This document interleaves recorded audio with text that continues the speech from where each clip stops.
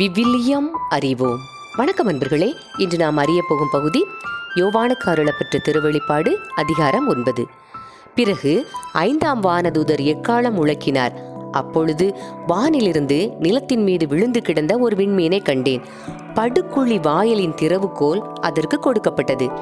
அது படுகுழி வாயிலை திறக்கவே பெரும் சூளையிலிருந்து புகை எழுவது போல் அக்குழியிலிருந்து புகை கிளம்பியது.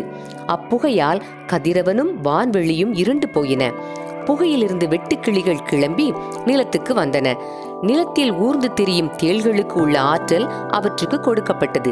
நிலத்தின் புற்பூண்டுகளுக்கோ மரங்களுக்கோ தீங்கு இழைக்காமல் தங்கள் நெற்றியில் கடவுளின் முத்திரை இல்லாதவர்களுக்கு மட்டும் தீங்கு செய்யுமாறு அவற்றுக்கு கட்டளையிடப்பட்டது. ஆனால் அவர்களை கொல்லாமல் 5 மாதம் வரை வதைக்க மட்டும் வெட்டுக்கிளிகளுக்கு கட்டளை கொடுக்கப்பட்டது.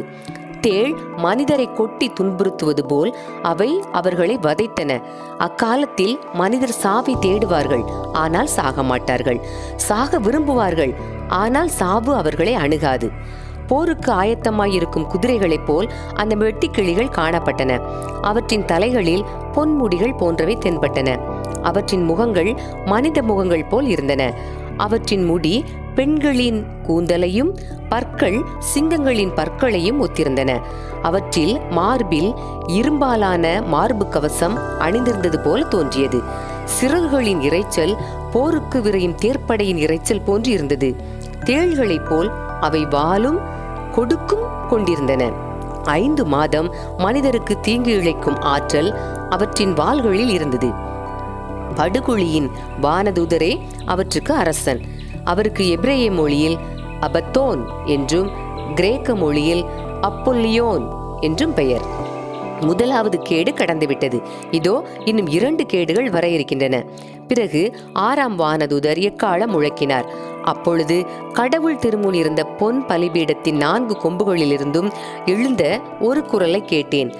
அக்குரல் அந்த வானதூதரிடம், யூப்ரத்தீசு பேராற்றின் அருகில் கட்டப்பட்டு கிடக்கும் வானதூதர் 4வரையும் அவிழ்த்துவிடு என்றது.